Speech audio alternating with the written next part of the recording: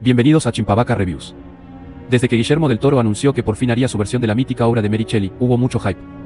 Era una combinación de factores que garantizaba una de las mejores producciones del año. Pero aún teniendo todas las expectativas del mundo encima, se las arregló para superarlas. Hoy, ¿por qué Frankenstein de Guillermo del Toro es la mejor película del año? Explicado con método.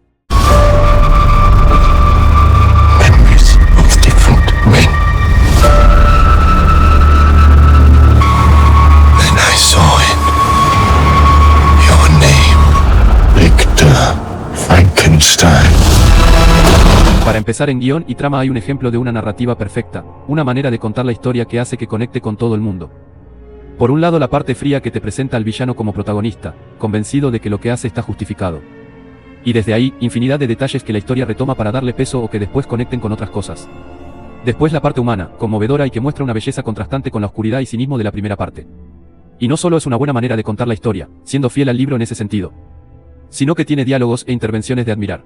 Reflexiones de lo más obvio, la vida, la muerte, su propósito, de construcción de emociones, el perdón, la religión, qué define la inteligencia, entre otro montón de cosas e infinidad de temas universales que hace que cualquier persona vea algo de sí mismo reflejado.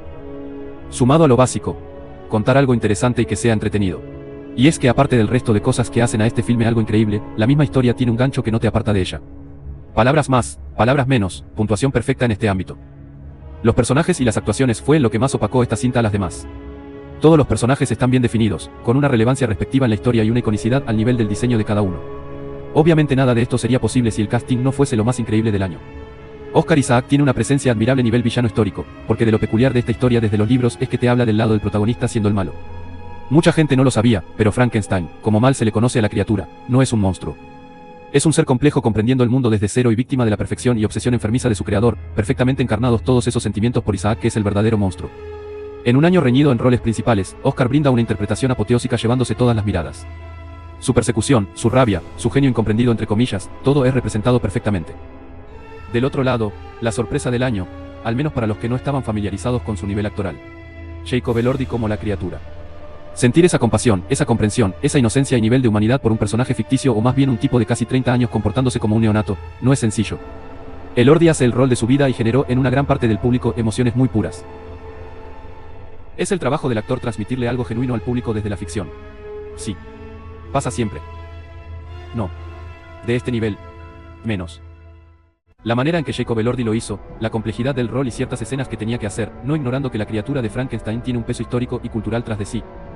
Incluso el solo hecho de las horas y horas de maquillaje. Es uno de esos roles que se ve cada tanto. Y la complicidad entre Jacob y Oscar es otro nivel. El resto del cast no se queda atrás, los pocos minutos de Charles Dance como el padre de Victor son bastante intensos, Christoph Waltz impecable como siempre. Mia Goth siendo icónica y obviamente el personaje secundario más memorable y querible del año, el anciano ciego de David Bradley, que sin duda se roba la película. Máxima puntuación para unas complementaciones sobresalientes y memorables. En el apartado artístico con el soundtrack y la estética, para sorpresa de nadie, es igual o más increíble que los demás aspectos. La banda sonora acompaña firmemente la trama. Sabe ser icónica, que es algo duro para música original de cine hoy en día. Transmite belleza, suspenso, tintes tenebrosos y todo lo necesario que la historia requiere. Pero si se habla de la manera en que Frankenstein de Guillermo del Toro está armada y filmada, se encontrará un compendio de tomas hermosas, estructuras y escenarios perfectos, vestuarios inolvidables, maquillaje de primer nivel y hasta referencias al arte, siendo la propia obra, arte del más puro en sí misma. Luego se ha de hablar del amor y pasión con el que se hizo esta historia a profundidad, pero ahora mismo es un detalle notorio. Quien filma así no lo hace por hacerlo. Y aunque la historia es la base de la trama y la esencia que debe interesar a todo el mundo, no hay que dejar de lado que el cine es un medio visual. Y de la misma manera que se encanta al razonamiento con actuaciones y propuestas narrativas, hay que encantar a los ojos con una hermosa cinematografía. No solo estando bien hecha, no solo estando bella, sino su trasfondo. Desde La La Land y unas cuantas películas más hace años, no hay muchas obras que demuestren esta autoridad y manejo ejemplar de la psicología del color. Es un delirio de no creer. Each character has a color. Victor's red. The father and Harlander are blue. And the only green in the movie comes with Elizabeth. It comes from the mother. The mother is red, and the childhood is red. The curtains, the furniture, the blood that the father soaks the bread in, and then from that moment on, the only red in the movie is on Victor. And then with Elizabeth. She has red in her dress, red in an umbrella, to link the mother again. Valor en su género es lo que le sobra a Frankenstein. Primero, como película, no solo logra el difícil arte de transmitir emociones de manera genuina, sino el manejo perfecto que tiene de los géneros e ideas que la componen. Vaya que lo hace, siendo un drama cínico de cómo el ambicioso humano quiere conquistar hasta la vida misma, una alegoría religiosa del poder del amor y el perdón transmitiendo una humanidad impresionante. O no dejar de lado que es una obra gótica plagada de terror. Ahora bien, Frankenstein es la adaptación de una obra exageradamente popular, con miles de adaptaciones previas, por ende zapatos muy grandes que llenar.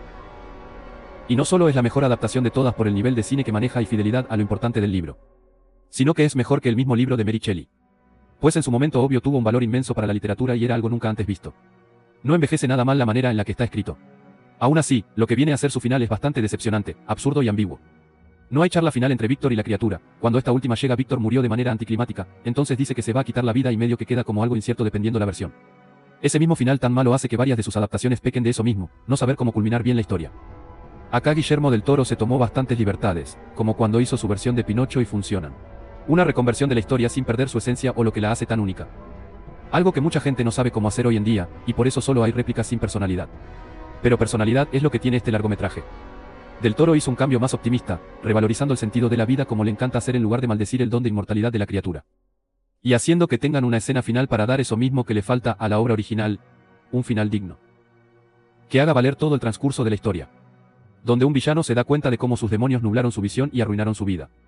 Donde una criatura menos vil que la del libro pero igual imponente, cambio clave para transmitir mejor el mensaje, decide romper ese ciclo de dolor y rencor que lo trajo a la vida a las malas, quedándose con las enseñanzas que le dejó su verdadera figura paterna.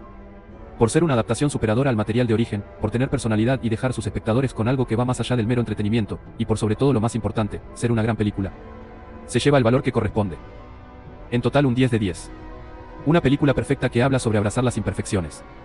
Pero llamarle película es quedarse corto, al menos para el entendimiento del lenguaje actual. No hay que reducirla a algo que se ve los domingos. No hay que dejar de lado que las películas son arte y esta cinta es tan valiosa como aquel cuadro que cuelga del Louvre. Viniendo de otra forma de arte, es solo más impresionante. Habla de cómo el arte se puede transformar con el tiempo e inclusive hacerse más bello. Guillermo del Toro no es solo uno de los mejores directores de la actualidad o más bien de la historia. Es una eminencia artística y humana, destacando humana. Pues es alguien que constantemente lucha por mostrar el lado hermoso de ser humano. De cómo hay que valorar la vida, de cómo el arte y el amor son los legados únicos que como especie podemos dejar. De porque la IA metiendo sus narices en el arte no tiene cabida, porque esa porquería jamás podrá hacer algo como Frankenstein. Jamás entenderá qué hace especial a Frankenstein y quien no lo entienda pertenece ahí mismo, con la falta de arte, amor y humanidad, todo lo que hace grande a este filme. Y por eso no hay una sola película de 2025 equiparable. Nadie hizo arte este año como hizo Guillermo del Toro. Simplemente, gracias.